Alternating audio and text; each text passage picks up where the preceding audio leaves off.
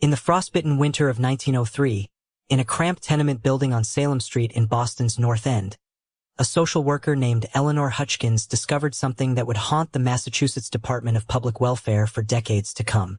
What she found behind a locked door on the third floor wasn't just neglect or poverty, though both were present in abundance. What she found was a family structure so twisted, so fundamentally wrong that it challenged every assumption about human nature and the bonds that hold society together. Before we dive deeper into this disturbing chapter of Massachusetts history, I want to know where you're watching from right now. Drop your location in the comments below and let us know what time it is where you are. And if this story intrigues you, make sure to hit that subscribe button and ring the notification bell. We're about to uncover a case that was buried in state archives for over a century. A story so shocking that officials at the time sealed the records and hoped they would never see daylight again. The boy at the center of this case was named Thomas Whitmore, though that name would prove to be just the beginning of a much more complex identity crisis. At 13 years old, Thomas appeared small for his age with pale skin that rarely saw sunlight and dark hair that hung in uneven lengths around his thin face. To neighbors who caught glimpses of him through grimy windows, he seemed like any other child struggling through the harsh realities of immigrant life in early 20th century Boston. But Thomas Whitmore was living a life that defied every social convention of his era. The discovery came by accident, as these cases often do. Eleanor Hutchkins had been conducting routine visits to families receiving aid from the city, checking on children whose fathers had died in factory accidents or whose mothers had succumbed to tuberculosis. The Whitmore address had appeared on her list as a household with a recently deceased patriarch, leaving behind a widow and her son who required assistance with rent and food provisions. When Mrs. Hutchkins climbed the narrow wooden stairs to the third floor that February morning, she expected to find the typical scene of urban poverty. A grieving woman, perhaps overwhelmed by the burden of raising a child alone, possibly behind on rent, maybe struggling to put food on the table. What she found instead was a door that wouldn't open despite her repeated knocking, and the sound of hushed voices speaking in urgent whispers just beyond the threshold. The landlord, Mr. Yeppy Torino, had to be summoned with his keys. He muttered in broken English about the strange tenants, how they paid their rent in cash every month, but never seemed to leave the apartment, how groceries were delivered, but no one ever saw them collect the packages. When the door finally swung open, Mrs. Hutchkins stepped into a world that seemed to exist outside the normal boundaries of human behavior.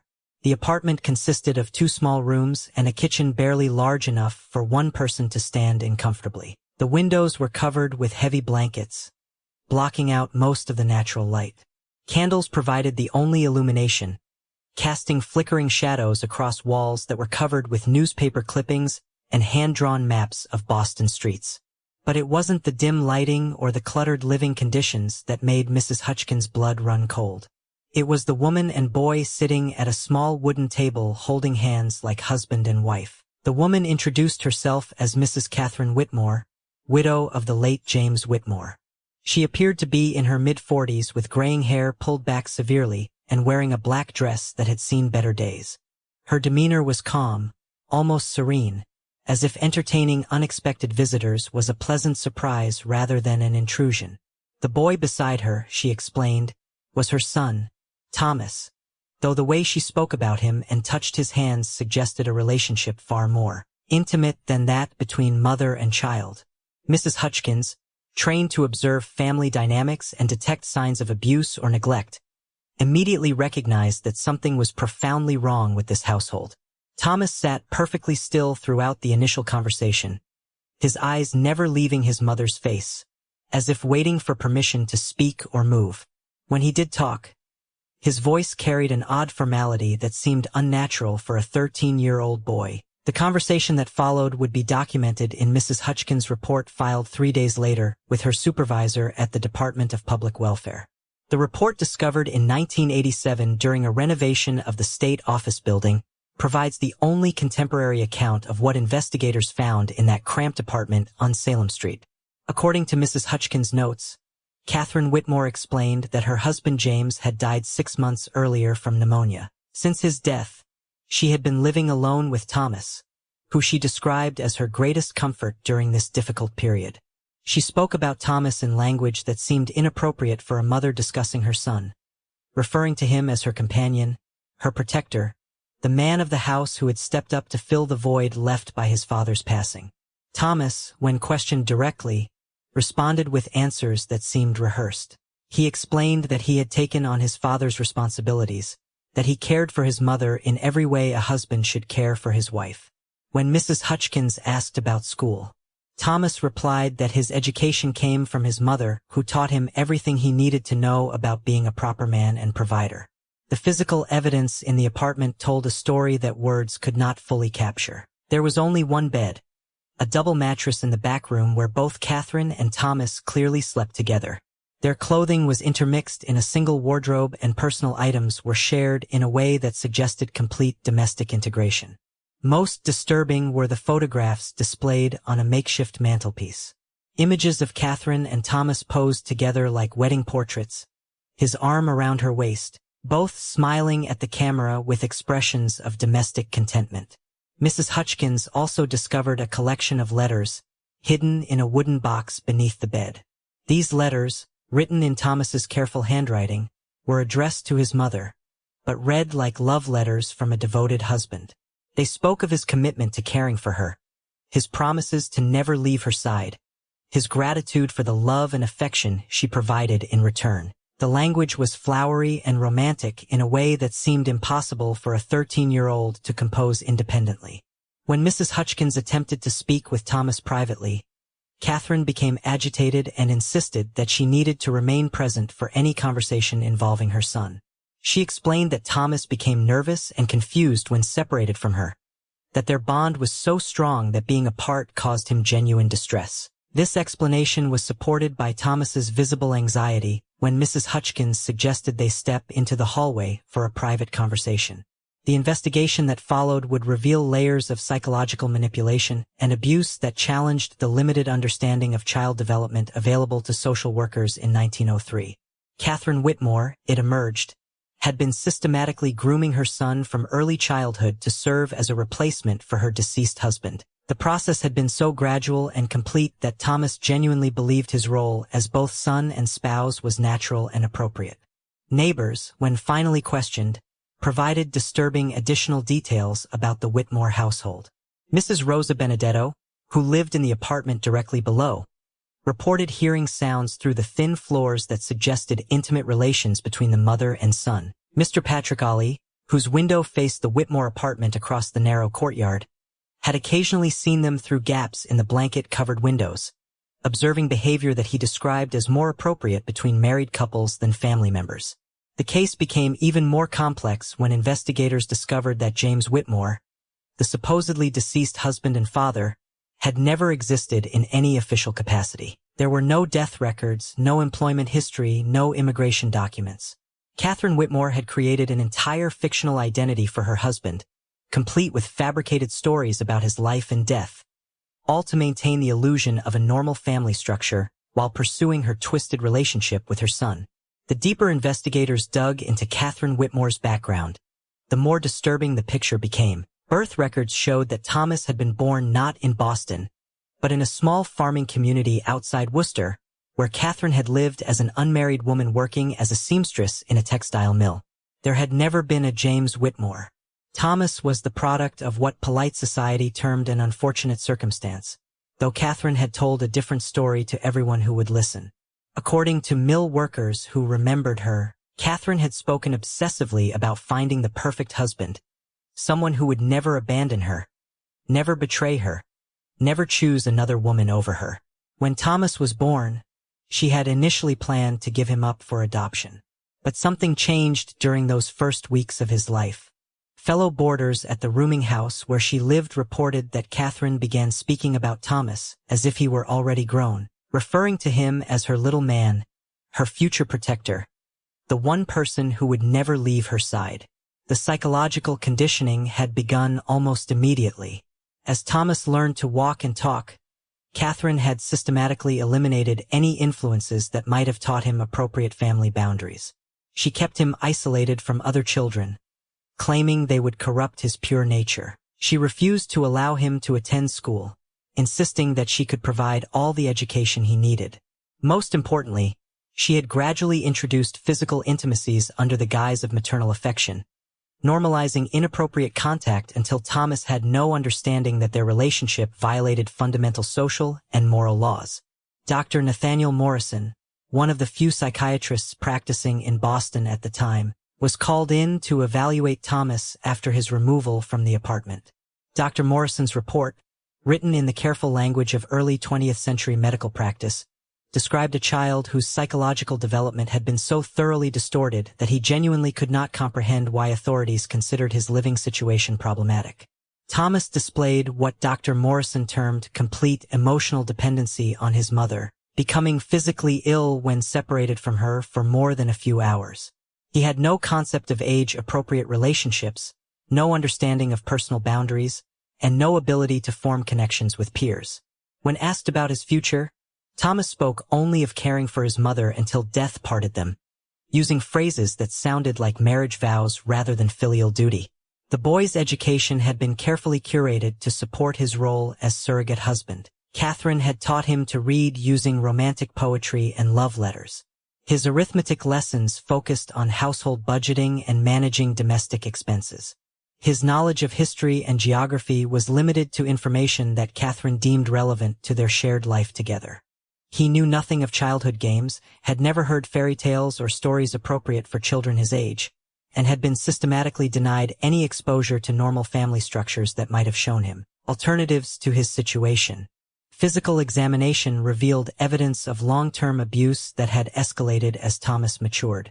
Dr. Morrison's clinical notes, written in Latin to obscure their content from casual readers, documented injuries and conditions consistent with regular sexual assault over a period of several years. The boy's small stature and delayed physical development were attributed to chronic stress and malnutrition. Though Catherine had maintained the appearance of adequate care through careful manipulation of his diet and appearance, perhaps most disturbing was Thomas's complete inability to recognize himself as a victim. During interviews with social workers, he consistently defended his mother and their living arrangement. He became agitated when officials suggested that Catherine's behavior was inappropriate, insisting that she was the most loving and devoted parent any child could hope for. He genuinely believed that their physical relationship was an expression of deep familial love rather than criminal abuse. Catherine herself presented a facade of wounded innocence when confronted with the charges against her. She maintained that her relationship with Thomas was pure and natural, the result of a bond so strong that conventional social rules simply did not apply. She spoke of their love as something sacred and special, chosen by divine providence to demonstrate the power of maternal devotion. When pressed about the physical evidence of abuse, she claimed that intimacy between mother and son was the highest form of human connection, transcending the crude relationships between unrelated individuals. The legal proceedings that followed exposed the complete inadequacy of Massachusetts law to address such a complex case of psychological manipulation and sexual abuse.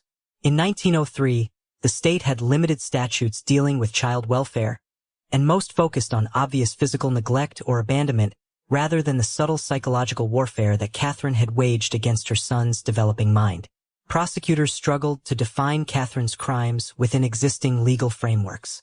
While sexual assault of a minor was clearly illegal, the fact that Thomas did not consider himself a victim and actively defended his abuser complicated the case. Significantly, defense attorneys argued that the relationship, however unconventional, was consensual and based on genuine affection between family members who had developed an unusually close bond during difficult circumstances.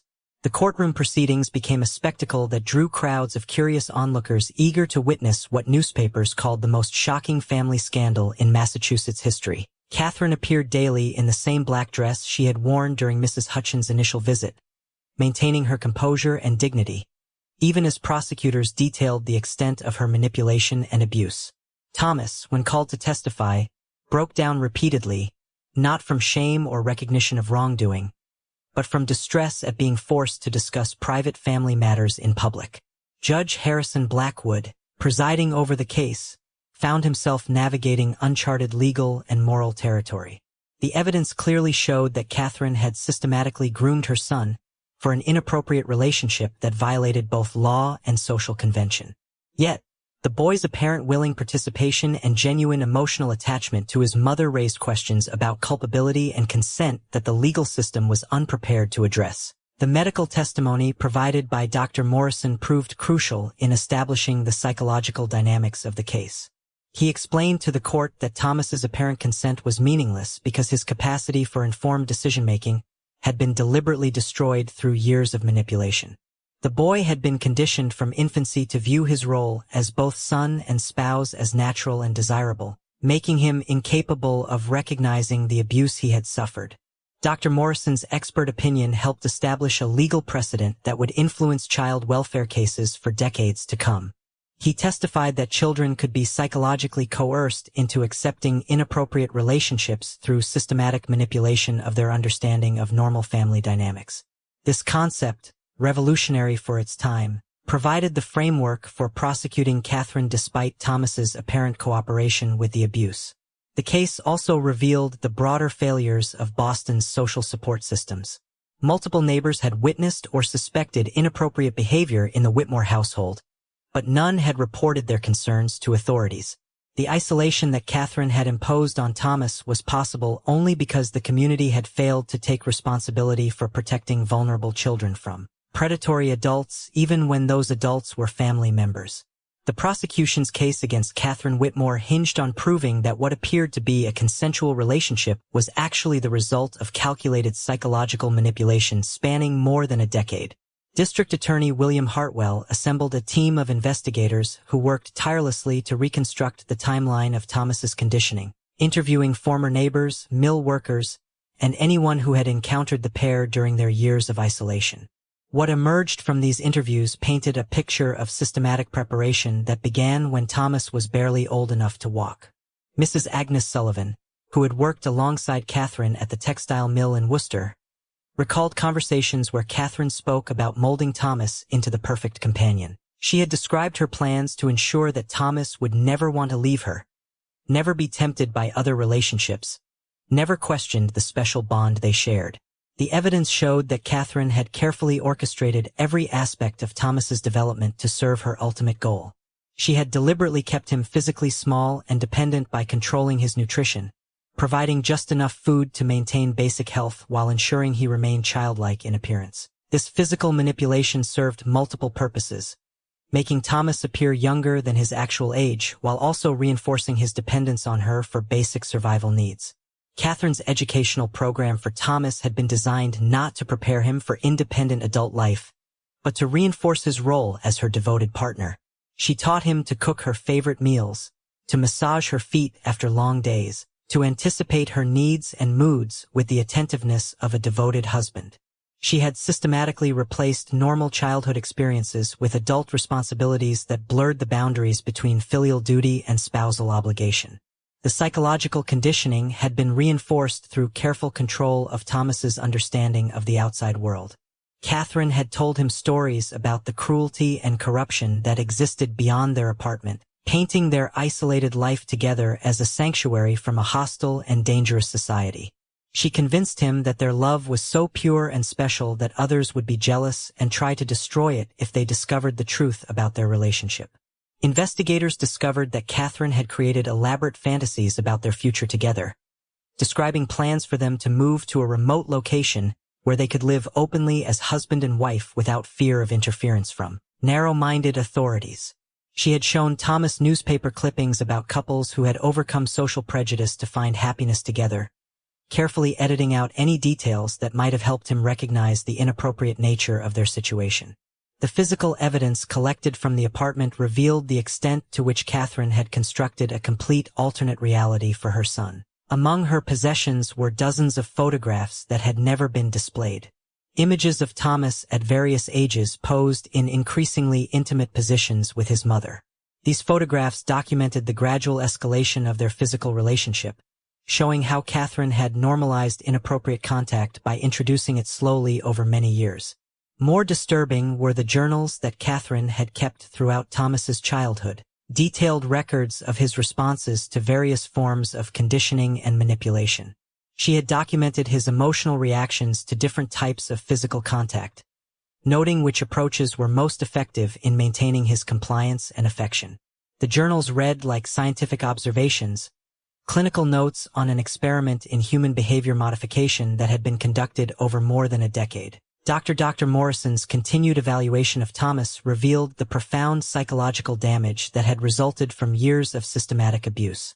The boy exhibited what the doctor termed learned helplessness, a complete inability to imagine life without his mother's constant presence and guidance. He had never been allowed to make independent decisions, never been encouraged to develop his own preferences or opinions, never been permitted to experience the normal process of psychological separation that occurs as children mature into adolescence. Thomas's concept of love had been so thoroughly distorted that he could not distinguish between appropriate familial affection and sexual exploitation. He genuinely believed that the physical intimacies he shared with his mother were expressions of the deepest possible love between family members. When social workers attempted to explain why their relationship was considered harmful, Thomas became confused and distressed, unable to comprehend how something that felt natural and loving could be wrong. The boy's emotional responses during interviews revealed the sophisticated nature of Catherine's manipulation. She had trained him to associate any criticism of their relationship with betrayal and abandonment. When officials questioned their living arrangement, Thomas experienced genuine panic, fearing that he was being disloyal to the person he loved most in the world. This psychological programming made it extremely difficult for authorities to gain Thomas's cooperation in building their case against his mother. Catherine's defense strategy relied heavily on portraying herself as a devoted mother who had made sacrifices to provide her son with love and stability after his father's death. Her attorney, Marcus Goldstein, argued that the prosecution was persecuting an unconventional but loving family simply because their bond was stronger than what society considered normal. He painted Catherine as a victim of circumstance who had been forced to become both mother and father to her son, naturally developing a closer relationship than might exist in traditional two-parent households. The defense team brought in their own expert witnesses, physicians who testified that intense emotional bonds between single parents and their children were not uncommon, especially in cases where financial hardship had forced families to share living spaces and resources. They argued that what prosecutors characterized as sexual abuse was actually innocent physical affection that had been misinterpreted by social workers unfamiliar with the intimate dynamics of struggling immigrant families. Goldstein's cross-examination of prosecution witnesses focused on their lack of direct observation of alleged criminal behavior. He pointed out that much of the evidence was circumstantial based on assumptions about sleeping arrangements and physical proximity rather than witnessed acts of abuse. He challenged the qualifications of social workers and medical professionals to make judgments about family relationships, arguing that middle-class Protestant officials could not understand the different cultural norms that might exist among working-class Catholic immigrants. The defense strategy proved partially effective in raising doubts about the prosecution's interpretation of the evidence. Several jury members later admitted that they had been troubled by the lack of clear testimony from Thomas himself about specific incidents of abuse. The boy's obvious emotional attachment to his mother and his consistent defense of their relationship created sympathy among some observers who wondered whether authorities were destroying a loving family based on moral prejudices rather than actual criminal behavior. However, the prosecution's medical evidence proved increasingly difficult for the defense to explain away. Dr. Morrison's detailed testimony about Thomas's physical condition left little room for alternative interpretations. The boy's injuries were consistent with long-term sexual abuse, and his psychological profile matched patterns that Dr. Morrison had observed in other cases of child exploitation. The clinical evidence provided objective proof that went beyond subjective judgments about appropriate family relationships. The case also benefited from the testimony of Thomas's biological father, a revelation that shocked the courtroom and demolished Catherine's carefully constructed narrative about her deceased husband. Investigators had tracked down Patrick McMahon, a former mill worker, who confirmed that he had briefly lived with Catherine during the period when Thomas was conceived. McMahon testified that Catherine had told him she was pregnant with another man's child and that he had never had any relationship with the boy she claimed was his son. McMahon's testimony revealed another layer of Catherine's deception. She had not only manipulated Thomas's understanding of their relationship, but had also created an entirely fictional family history to support her claims of widowhood and respectability. The non-existent James Whitmore had been a convenient fiction that allowed Catherine to maintain social acceptance while pursuing her inappropriate relationship with her son. The revelation that Thomas's father was alive and had never been married to Catherine undermined the defense argument that their close relationship was the natural result of shared grief and economic hardship. Instead, it showed that Catherine had deliberately chosen isolation and deception as means of maintaining complete control over her son's development and understanding of normal family relationships. As the trial progressed, public opinion began to shift decisively against Catherine Whitmore. Newspaper coverage, initially sympathetic to what appeared to be an impoverished family facing persecution for their unconventional living arrangements, became increasingly critical as evidence of systematic abuse and manipulation emerged. Editorial writers condemned not only Catherine's actions, but also the social conditions that had allowed such abuse to continue undetected for so many years.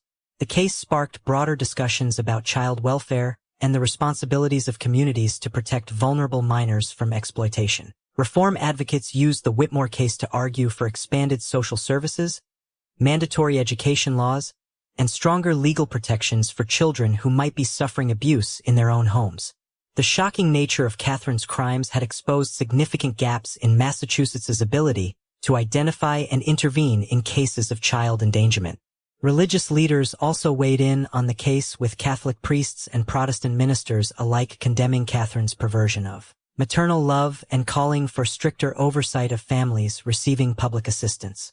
The case became a rallying point for moral reform movements that sought to strengthen traditional family structures and eliminate what they saw as the corrupting influences of poverty and social isolation. The verdict, when it finally came, sent shock waves through Boston's legal community and beyond. Catherine Whitmore was found guilty on multiple charges of child sexual abuse, incest, and criminal neglect. Judge Blackwood sentenced her to 15 years in the Massachusetts State Prison for Women, the maximum penalty allowed under existing statutes. But even as the gavel fell, many observers felt that justice remained incomplete. The legal system had punished Catherine's crimes, but it had no mechanism to undo the psychological damage she had inflicted on her son. Thomas's fate proved equally complex and troubling. At 13, he was deemed too old for traditional adoption, but too psychologically damaged to live independently. The Massachusetts Department of Public Welfare faced an unprecedented challenge in determining how to rehabilitate a child whose entire understanding of human relationships had been systematically corrupted from birth. Dr. Morrison recommended immediate placement in a specialized institution where Thomas could receive intensive psychiatric treatment while being gradually introduced to normal social interactions. The Whitmore case exposed the primitive state of child psychology in early 20th century America. Mental health professionals had limited understanding of trauma recovery and virtually no experience treating victims of such sophisticated psychological manipulation. Thomas represented uncharted territory, a human being whose basic concepts of love, family, and appropriate behavior had been deliberately distorted beyond recognition. The question facing his caregivers was whether such profound damage could ever be truly repaired. Initial attempts at treatment proved frustrating and largely unsuccessful. Thomas was placed at the Danvers State Hospital, an institution primarily designed for adult psychiatric patients rather than traumatized children. The sterile environment and clinical approach to his care only reinforced his sense of abandonment and confusion. He refused to participate in therapy sessions, maintaining his fierce loyalty to Catherine and insisting that their separation was a grave injustice perpetrated by people who could not understand true love. Dr. Morrison documented Thomas's progress in detailed case notes that would later become foundational texts in the emerging field of child psychology. The boy's resistance to treatment stemmed not from defiance or behavioral problems, but from a complete inability to comprehend alternative models of human relationship. He had been so thoroughly conditioned to view his role as Catherine's partner that any suggestion of change felt like a betrayal of his fundamental identity. The breakthrough came unexpectedly nearly 18 months after Thomas's removal from his mother's care. A young nurse named Margaret Collins, recently graduated from Boston City Hospital's nursing program, was assigned to work with Thomas during his daily activities. Unlike the doctors and social workers who had attempted to treat him through formal therapy sessions, Collins simply spent time with Thomas without agenda or expectation, allowing him to gradually experience normal human interaction without pressure or judgment. Collins later wrote that Thomas reminded her of a wild animal that had been kept in captivity for so long that it had forgotten how to function in its natural environment. She observed that he watched other children with intense curiosity but seemed afraid to approach them, as if normal childhood behavior was a foreign language he desperately wanted to learn but had never been taught to speak. Her patient, non-threatening presence provided Thomas with his first opportunity to observe healthy relationships without the overlay of sexual manipulation or emotional coercion. The process of rehabilitation was agonizingly slow and marked by frequent setbacks. Thomas would make progress toward normal social interaction, then retreat into the patterns of behavior that Catherine had instilled in him. He struggled with appropriate physical boundaries, having been taught that love was expressed through intimate contact, regardless of age or relationship.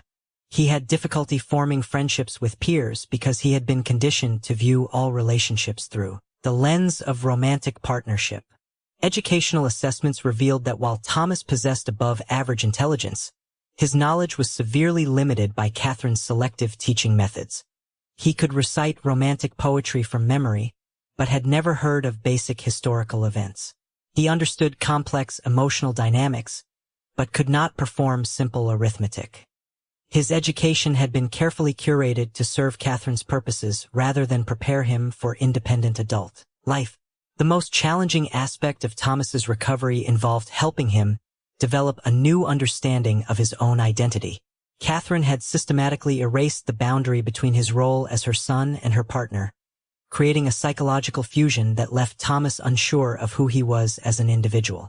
Dr. Morrison's notes describe sessions where Thomas would ask repeatedly whether he was still Catherine's son if he was not also her husband, unable to conceive of partial relationships or multiple social roles. The Thomas Whitmore case remains one of the most disturbing examples of psychological manipulation in American legal history. Catherine was sentenced to 15 years, but the damage she inflicted on her son proved far more enduring than any prison term. Thomas spent decades in institutional care, never fully recovering from the twisted reality his mother had constructed around him. The case exposed dangerous gaps in child protection systems and forever changed how authorities understand the subtle but devastating nature of psychological abuse. In the end, Catherine Whitmore didn't just steal her son's childhood. She stole his very ability to understand what love actually means.